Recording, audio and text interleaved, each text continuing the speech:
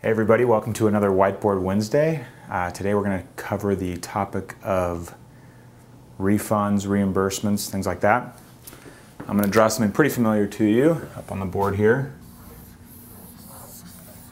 This is our budget, and remembering that we might have different physical accounts in there, which we don't really care too much about because we know that we have actual budget accounts, or categories rather, in there that overlay and don't really care where your money physically is.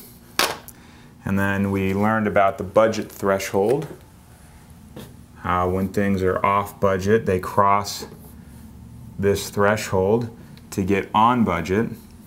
So you have inflows coming this way, then you have outflows from these various categories, right, that are all leaving the budget. All these categories have outflows potentially. What people don't realize is a lot of times you think, for some reason we're thinking, well, when there's a refund or I'm reimbursed for something, that all I can do is record an inflow, send the money into the budget through that inflow, and then budget the money to the category.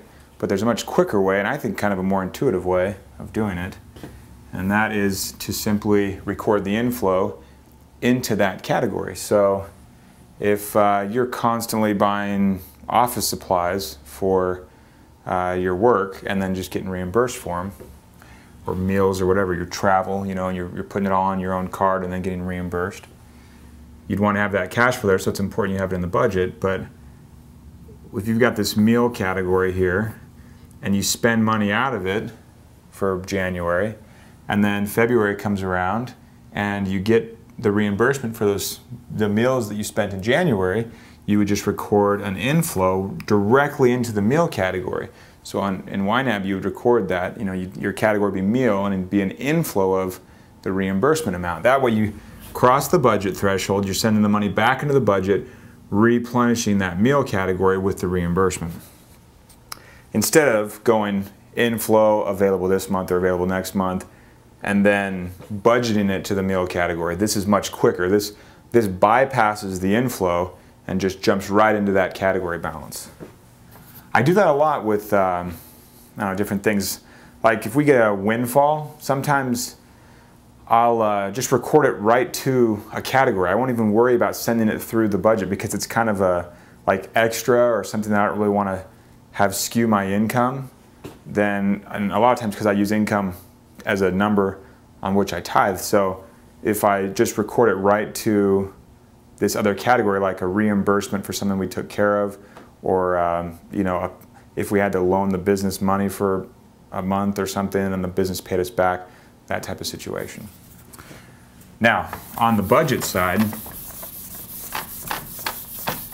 prior to YNAB 3, this was a little bit trickier, but now with YNAB 3, you have this meals category, and let's say you budget $100 because you know you need reimbursements, and then your reimbursement situation ended up, you know, you had meals of $130 for work, and so you're left with this, I'm getting crowded over here, you're left with this $30 overage.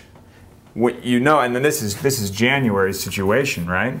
Well, no one likes to have these overages, and we want to have that everything in balance, you know, and so Rule 4 would dictate that that $30 of overage would be deducted from next month's available. You'd see all the overages down in the footer of the budget, and that would reduce your buffer that's flowing into next month.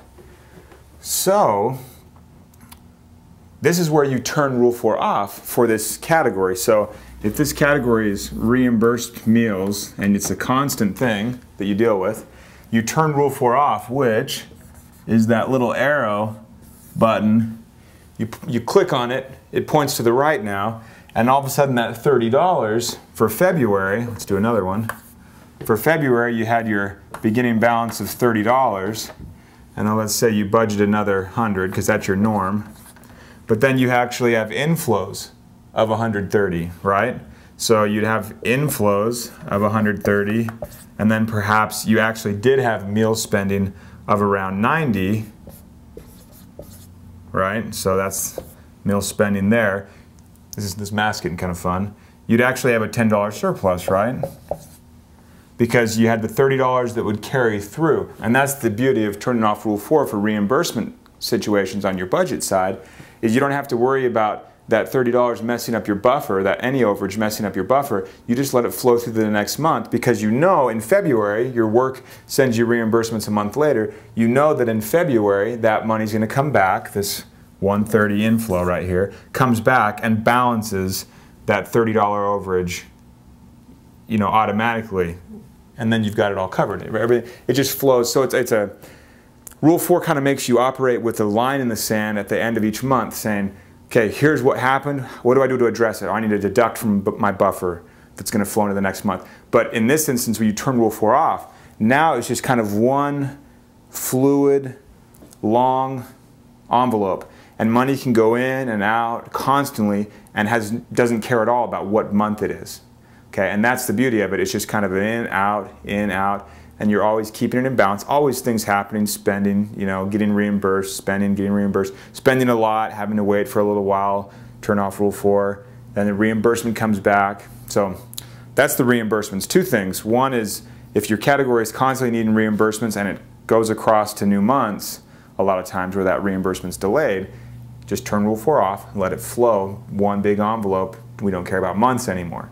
Second is with reimbursements, on the register side, you can just record them as an inflow right to that category. Same with refunds as well, if you take something back or whatever.